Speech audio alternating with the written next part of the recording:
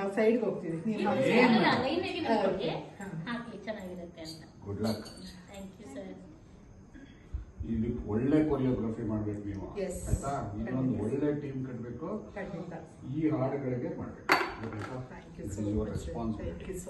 ಎಲ್ಲ 4 ಜನ ಬೇಸ್, 4 ಕಂಬ ತರ ಹಾಕ್ಬೇಕು. ಆಮೇಲೆ ಅವ್ರ ಎಕ್ಸೈಟ್ಮೆಂಟ್ ಅವ್ರಿಗೆ, ನಮ್ಮ ಎಕ್ಸೈಟ್ಮೆಂಟ್ ನಮಗೆ. ಒಂದು ನಿಮಿಷ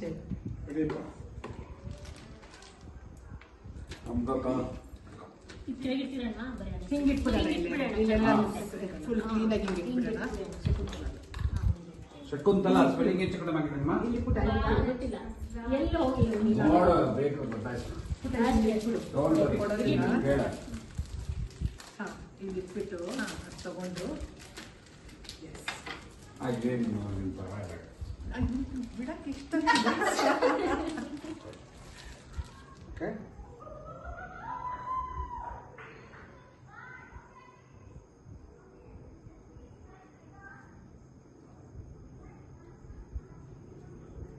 ಓಕೆನಾ ಸರ್?